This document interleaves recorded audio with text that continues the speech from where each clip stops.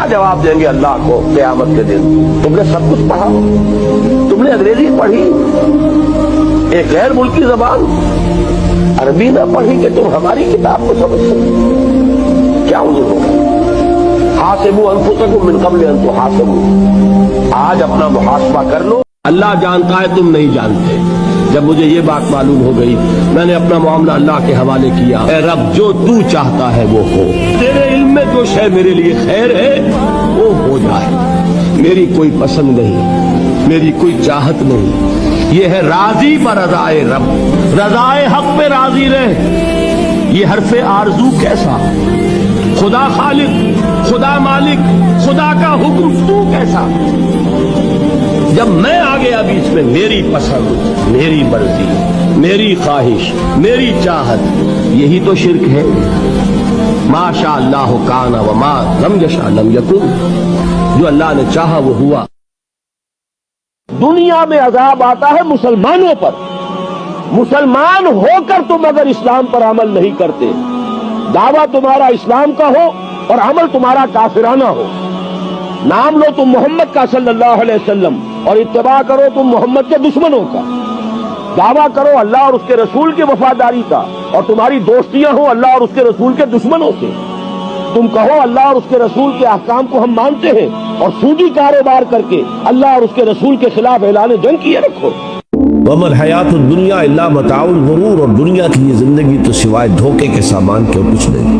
میں عرض کر چکا ہوں اگر یہ دنیا آپ کو آخرت سے غافل کر دے تو یہ سب سے بڑا دھوکہ ہے، سب سے بڑا دجل یہی ہے، یہی دنیا دجال ہے۔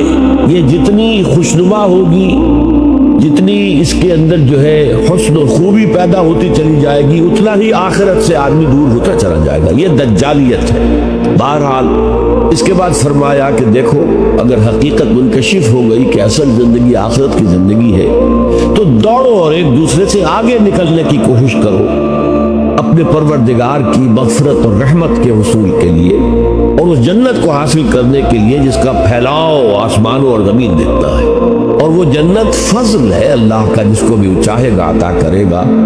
کوئی شخص بھی محض اپنے عمل سے پر بھروسہ نہ کرے کہ اس پر وہ جنت کا حقدار بنے۔ ایک خاتون آتی ہے، گامدی خاتون، حضور مجھ سے وہ خطا سرزد ہو گئی ہے، مجھے پاک کر دیجیے۔ آپ فرماتے شاید کہ تمہیں حمل رہ گیا ہو، کہ یہاں حمل تو ہے، تو جرم تمہارا ہے، اس جان کا کیا جرم ہے؟ جاؤ وضع حمل کے بعد آنا۔ چلی گئی، وضع حمل کے بعد پھر آ رہی، حضور میں یہ بچہ ہے، پیدا ہو گیا ہے، اب مجھے پاک کر دیجیے۔ فرمایا ابھی تو اس کا وجود تمہاری ذات پر منحصر ہے، اسے دودھ کون پلائے گا؟ جاؤ دودھ پلاؤ اسے۔ پھر آ جاتی ہے، بچے کے ہاتھ میں روٹی کا ٹکڑا ہے، دیکھیے حضور اب یہ روٹی کھانے کے قابل ہو گیا، تب حضور حکم دیتے ہیں اور وہ عورت رجم کی جاتی ہے۔ یہ مثال کا اثر کسی شخص نے کہہ دیا، ہم جیسے تھے نا وہاں بھی، کتنی بے حیا عورت تھی، حضور نے فرمایا نہیں، اس نے وہ توبہ کی ہے کہ اگر مدینے کے رہنے والے سب لوگوں میں تقسیم کر دی جائے سب کی نجات کا ذریعہ بن جائے گی۔ یہ ایمان تو پہلے پیدا کریں۔ وہ شخص بڑا ہی بدنصیب ہے اور ناسمجھ ہے کہ جو رات کو سو جاتا ہے بغیر ان دو آیات کو پڑھے ہوئے۔ جس شخص میں بھی ذرا بھی عقل ہوگی وہ رات کو سونے سے پہلے لازماً ان دو آیات کو پڑھے گا۔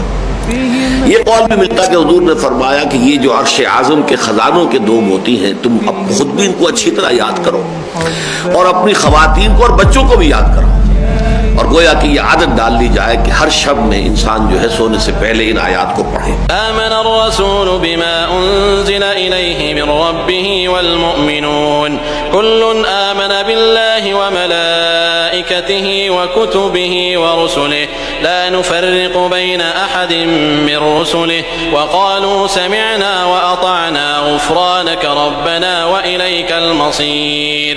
لا يكلف الله نفسا الا وسعها لها ما كسبت وعليها ما اكتسبت ربنا لا تؤاخذنا تؤاخذنا إن نسينا أو أخطأنا ربنا ولا تحمل علينا إصرا كما حملته على الذين من قبلنا ربنا ولا تحملنا ما لا طاقة لنا به واعف عنا واغفر لنا وارحمنا أنت مولانا فانصرنا على القوم الكافرين.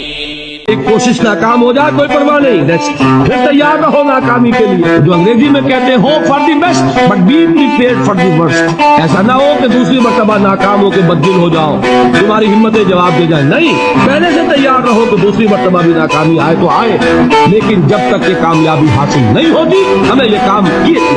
مجھے میرے رب کی اجازت نہیں ہے کہ میں اسے پکاروں. مدد مانگوں گا اللہ سے، دعا کروں گا اللہ سے، استغاثہ کروں گا اللہ سے، تکلیف کے لیے دعائی دوں گا اللہ کی. اب اللہ جس سے چاہے کروا دے، کسی روح کو بھیج دے، کسی فرشتے کو بھیج دے. مجھے کیا ہے، مجھے آم کھانے ہیں، پیڑ نہیں گننے.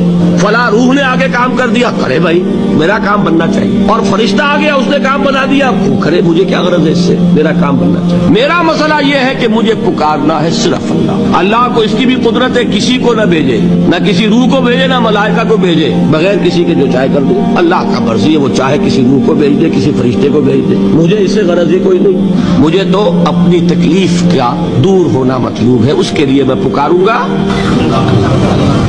کہاں اسلام دنیا میں ہمیں دکھاؤ، کہاں اسلام؟ یہ مسلمان کیا اسلام پر کار بند ہے؟